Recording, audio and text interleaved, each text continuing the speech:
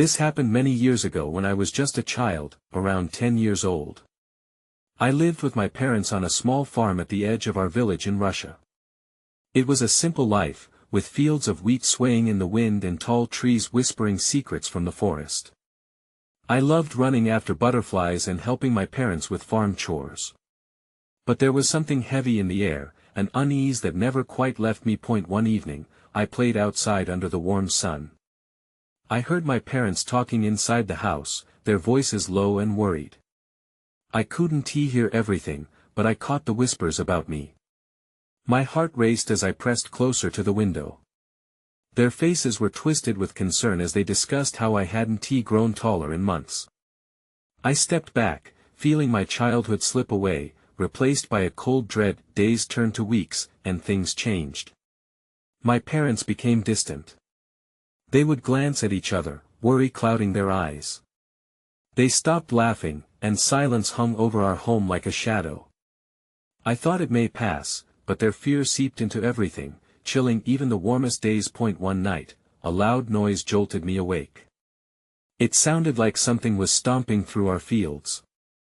Fear twisted inside me, and I pulled the blanket tightly around my body. The next morning, I woke to find our livestock had vanished. My parents barely spoke, staring at the ground instead of at me.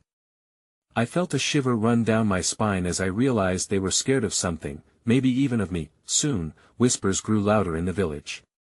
I heard the other villagers discussing me at the market. "Have you seen Tatyana?" they would say. "She hasn't changed at all. Something isn't right." Their eyes followed me, full of fear. I blinked back tears, feeling like a ghost among the living. I was just me, but I could feel their heaviness closing around me. That night, I awoke to dark shapes creeping around my room. I felt their whispers clawing at me, the shadows of the villagers speaking my name like it was a curse. I clutched my blanket, trembling in fear. What if my parents knew something about me that I didn't? Their fright made my heart ache. As I lay there, I felt lonelier than ever before. The air felt thick, making it hard to breathe. I wasn't just a girl. I was a girl who didn't age, trapped in a world that shifted beneath my feet. I turned toward the dark corner of my room. I felt something shift there. My stomach dropped. What was watching me? Then, outside my window, I saw a figure standing in the fog. My breath caught in my throat. It wasn't just the villagers looking at me with fear, it was something else, something unknown and dark. I didn't know who or what it was, but I felt its gaze piercing through the darkness. I wanted to scream, but no sound came. I was left with only my pounding heart and the night stretching endlessly before me. The following morning, I woke up with a sense of dread that clung to me like a thick fog. My heart felt heavy in my chest. I rolled over, expecting to see my mother in the kitchen, preparing breakfast. But the house was quiet, too quiet. I slid out of bed and tiptoed down the hall, my bare feet making soft whispers against the wooden floor. When I entered the kitchen, I found my parents seated at the table, their heads bowed, hands clasped tightly together. They looked up at me as I stepped in, and a shadow flickered across their faces. I could see the worry etched in the lines of their brows. I tried to muster a smile, to lighten the gloom, but it felt impossible. Instead, I swallowed hard and said, "Good morning." My father nodded silently. My mother forced a smile that didn't reach her eyes. "Tatyana," she said softly, her voice trembling. "We need to talk." The words hung in the air, heavy and ominous. I walked closer to the table, my stomach knotting. I wanted to ask what was wrong, but fear gripped me. Was it about my condition? Did they know something I didn't? My mother took a deep breath. "There have been more whispers in the village. People are getting anxious." She glanced at my father, then back at me. "They think something is wrong with you." The warmth in the room seemed to fade as my heart sank. "What do you mean?" I asked, my voice a mere whisper. My father finally spoke, his voice low and serious. "It's the livestock, Tatyana. They believe your presence is linked to what is happening. The tales of spirits, they say it's what tales. I interrupted, my fear boiling over. I'm just me. I haven't done anything wrong.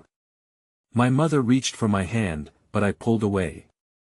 I didn't want their pity. Tatyana, please. Her eyes were shining with tears. We love you. I turned and ran outside, the door slamming behind me. I needed to escape. I bolted across the fields, feeling the wind whip at my face and the grass brush against my legs. I wanted to leave the fear behind, but it only grew larger in my chest. Out in the open, I took a deep breath, trying to calm myself. The field stretched endlessly, golden waves of wheat dancing in the breeze. But the beauty felt false, overshadowed by darkness that seemed to cling to me.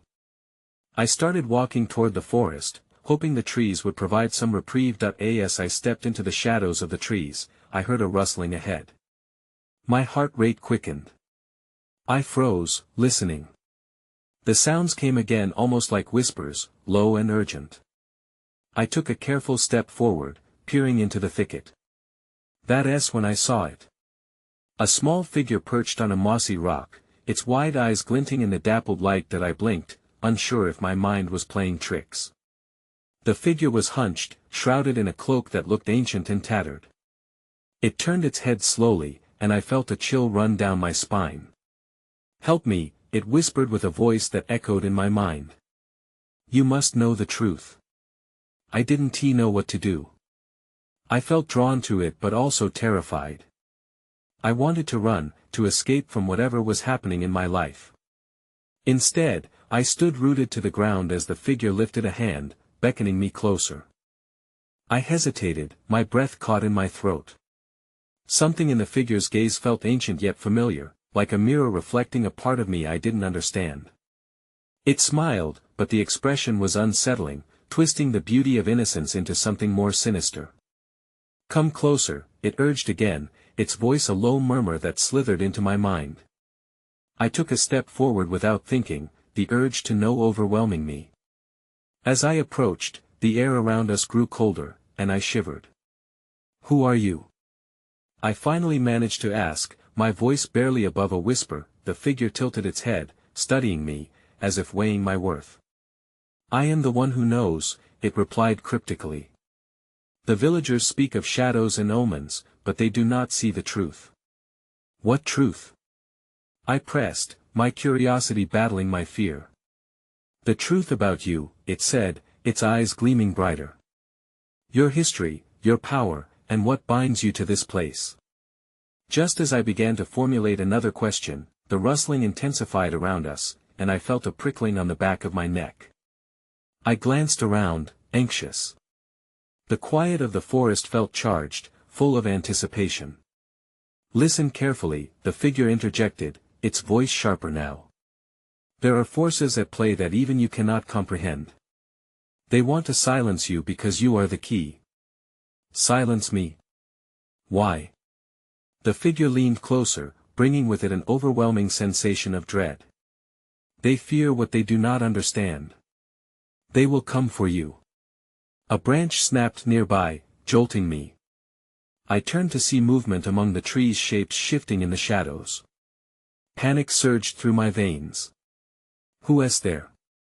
I called out, but no one answered. "Trust me," the figure urged, urgency in its tone. "You must embrace who you are. Do not let their fear consume you. You are not alone. But you must hurry." "Wait." I pleaded, but the figure was already receding into the darkness, its form blending with the trees. That I stood frozen, heart racing as the shapes and the shadows drew closer. Then, in a sudden rush, I felt a push, driving me back. Something urged me to run. I didn't even hesitate. I bolted back through the trees, branches scratching at my arms, my mind racing with thoughts of the cloaked figure and its cryptic message. As I burst into the open field, I turned back for one last glance. The forest loomed silently, the life within it hidden from view. The whispers faded, leaving a hollow feeling in their wake. I didn't know what it all meant, but I realized something had shifted inside me.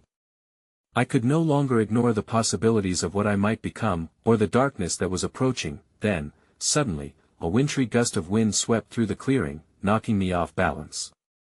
In that whirlwind, I caught a glimpse of a figure standing at the edge of the forest, a tall silhouette watching me.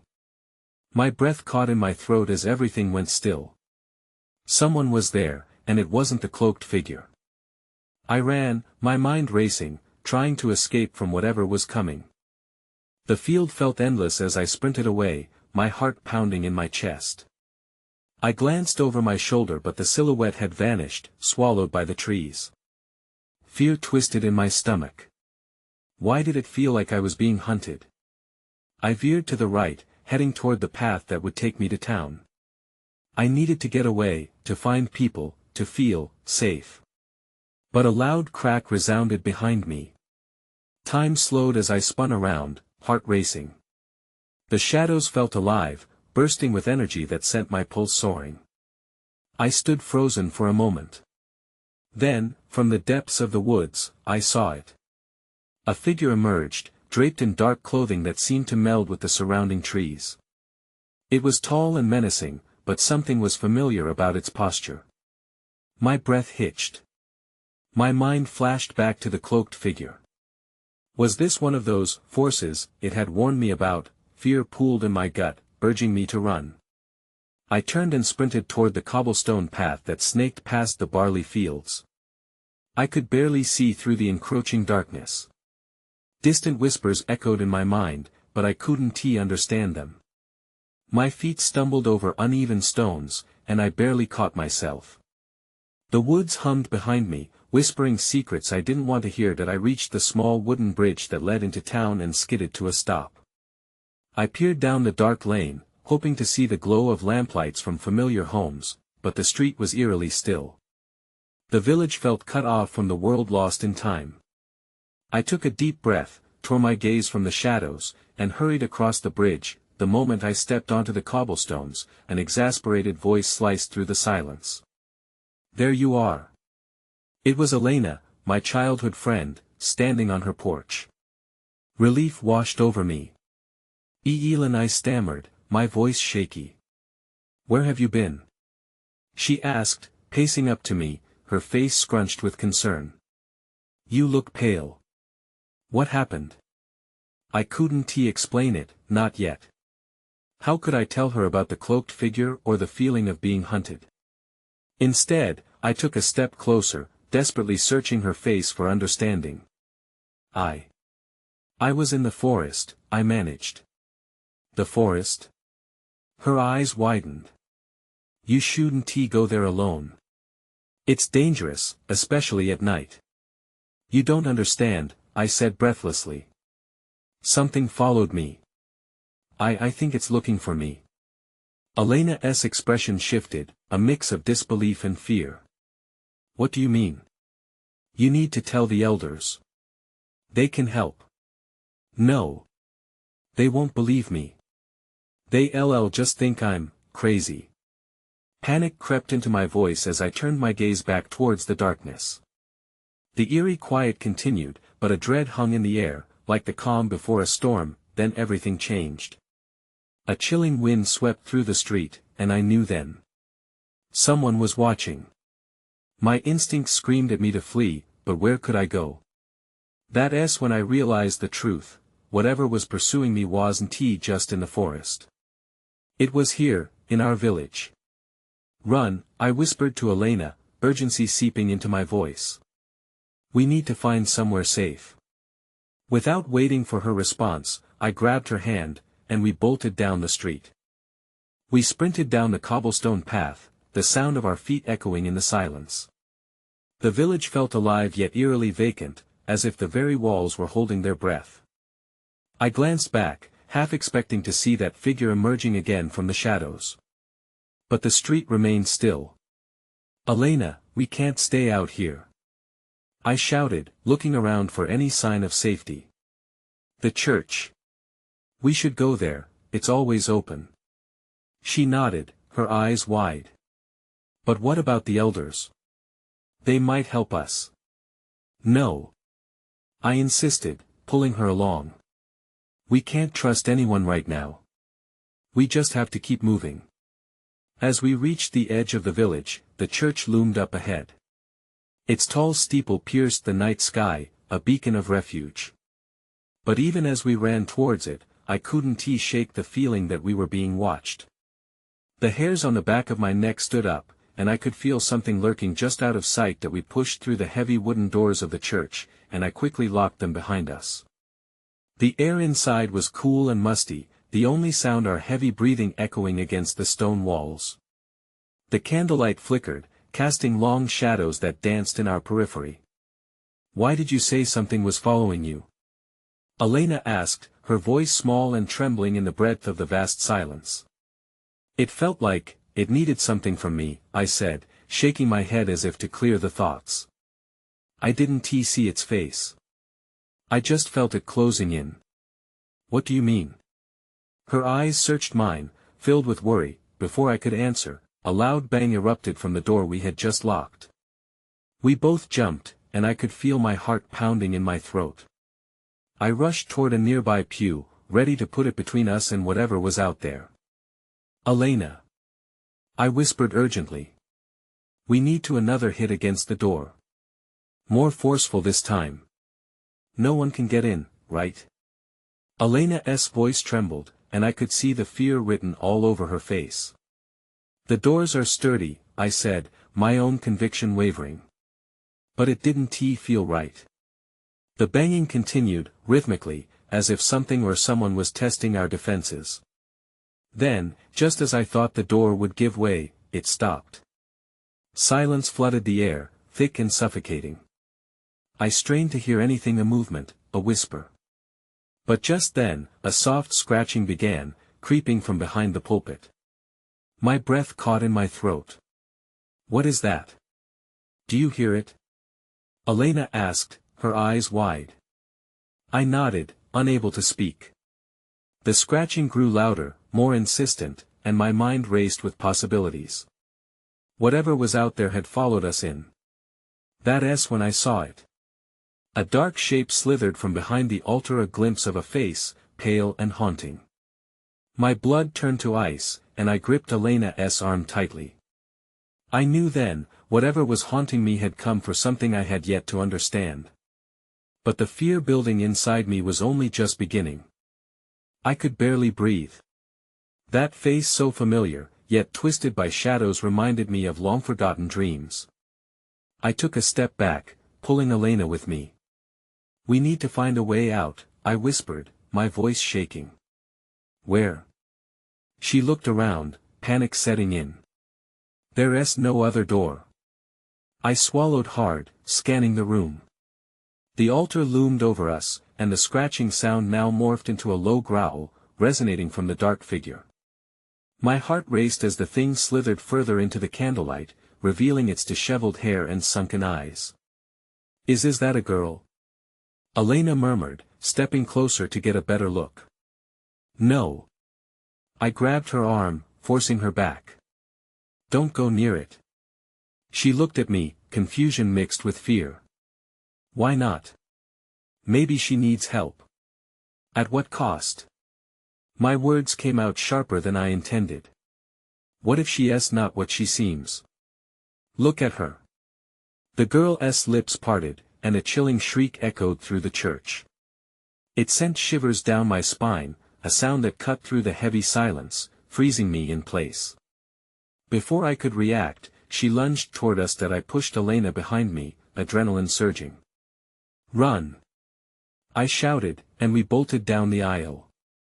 The weight of our footsteps filled the space, but I could feel the figure snapping at our heels. We darted for the entrance, but the door felt impossibly far away.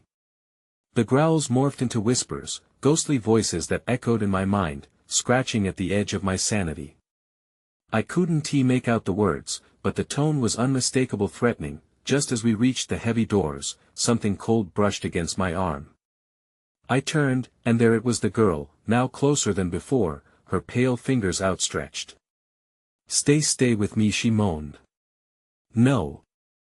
I slammed my shoulder into the door and pulled hard on the handle. It didn't budge. My heart raced, fear intertwining with a desperate resolve. We couldn't stay trapped here. Elena, push.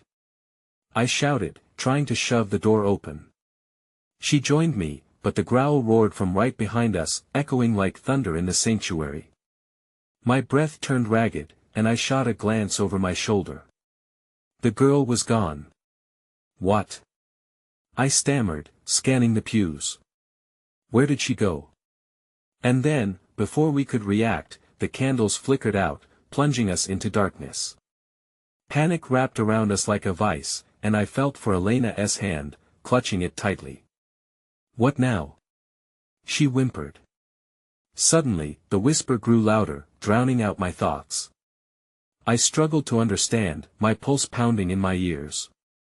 It sounded like a chant repeating something over and over. Find her. Find her.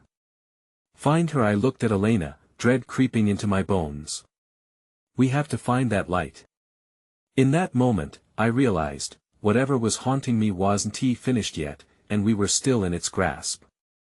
I strained to hear anything over the chanting, but the darkness closed in around us. Elena, stay close, I whispered, feeling her warmth beside me. Where do we go? She asked, her voice barely above a breath that I swallowed hard. We need to find something, anything that can help us. I fumbled forward, reaching out into the blackness.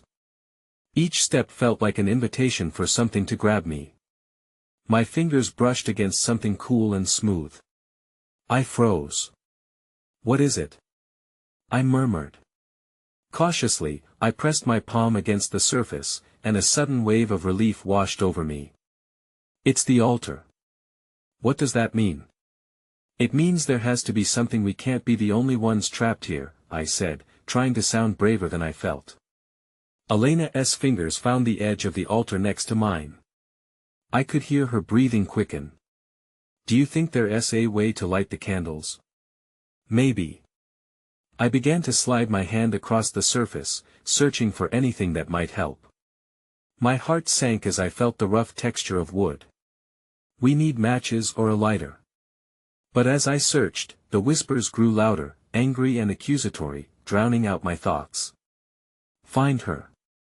Find her. The repetition twisted inside my head, squeezing my chest tighter.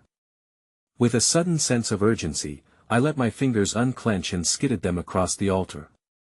I knocked something over, and it crashed to the ground, echoing through the darkness. I winced, hearing the crunch of glass. What was that? Elena asked, her voice trembling.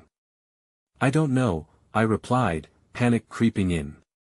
But we have to keep moving. I felt around for anything I could use, then, through the heavy silence that followed the crash, I heard something else, a soft, uneven breathing. My heart raced again, and I stepped backward instinctively, pulling Elena along with me. Did you hear that? Elena nodded, her eyes wide in the dark. What was it? I strained to listen, heart pounding. The breathing sounded closer now. A low rasp filled the stillness, an unsettling sound that chilled me to my core. We have to go, I whispered urgently. We can't just leave. She sounded desperate, her hand tightening around mine, that's when I felt it, a tugging at my sleeve, gentle at first, and then harder, as though something was trying to pull me back. I looked down, breath hitching in my throat. The girl stood there, her eyes glowing faintly in the gloom. Help me, she rasped, her face twisted with sorrow. No. I shouted, shaking Elena's arm. We have to get out, now. We turned as one, running toward what I hoped was the way free. As we sprinted, echoes of the breathing followed, heavier and more sinister. The girl's voice broke through the whispers, gaining strength. Find her. Find her. I glanced over my shoulder to see her following, shadows clinging tightly to her figure. She's coming. I cried, but as I turned back, I collided with something solid. I fell hard, pain shooting through my shoulder. David! Elena screamed, and I felt her crouch beside me, fear drenching her words. Before I could process what happened, the light abruptly flickered back on, illuminating the church once more. But the altar was empty, the girl gone. That's when I saw it, lying on the ground beside me, a small, glimmering locket. My fingers closed around it, and an image inside tugged at my memory. But I couldn't remember why it felt so crucial. "David, we have to go," Elena urged, pulling me up. "It's too late." "No. We need to figure this out." I felt heat in my chest, a strange determination mixed with dread. As we dashed for the doorway, I could still hear the whispers behind us, relentless and unyielding. "Find her. Find her." I realized then, this was just the beginning. The air felt electric as we burst out of the church, guilt and terror battling in my chest. We tumbled into the cold night, the damp gravel crunching under our hurried feet. The whispers faded behind us, but I could still feel their weight pressing on my thoughts. "What do we do now?" Elena panted, looking up at me with wide, terrified eyes. The street was shrouded in shadows, the faint glow of the moon casting long silhouettes around us. I held the locket tightly in my palm. "We need answers," I said, feeling the cool metal bite into my skin. "Maybe there is something about the girl inside this. Someone in town might know. But what if they're connected?" she asked, glancing around nervously. "What if it leads us back to her?" I felt a chill creep up my spine. The girl's haunting visage flashed through my mind. "It's a risk we have to take," I said, my voice firming up despite my own unease. We started down the deserted street, the echo of our footsteps amplifying the silence around us.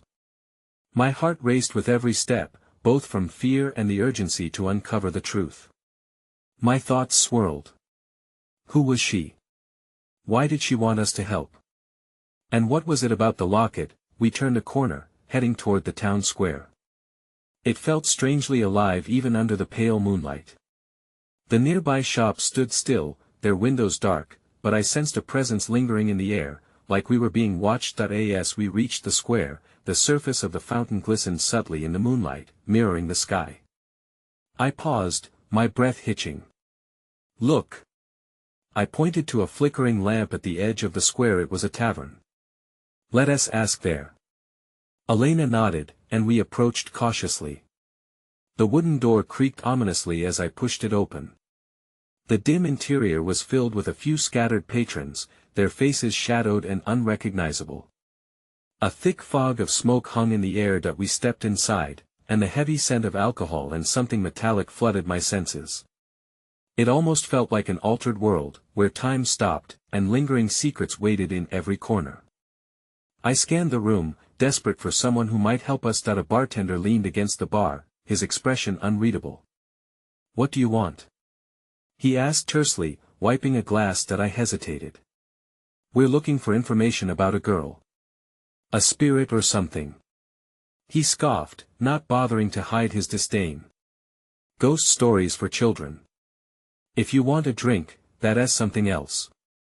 Elena's eyes widened. "No, please. This girl, she needs help. We need to know if anyone has seen her." The bartender's eyes narrowed, and he glanced around the room as if checking for eavesdroppers. "There's a tale," he muttered, lowering his voice. "A girl who never aged. Lost long ago. Some think she haunts these streets. You might consider leaving before you attract her attention." I felt the air shift. "What do you know?" I pressed, my voice sharper than intended. "What happened to her?"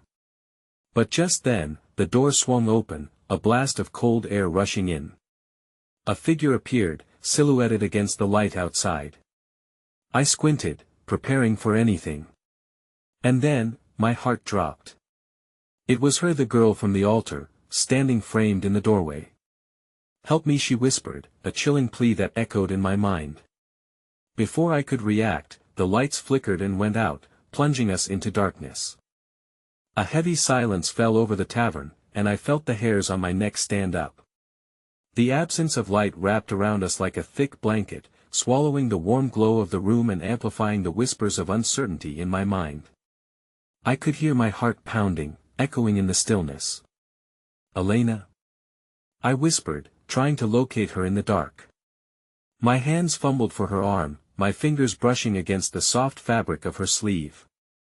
She was right there next to me, but I could sense her fear, the tension radiating from her body, that I began to feel the weight of the locket against my palm again, grounding me despite the panic.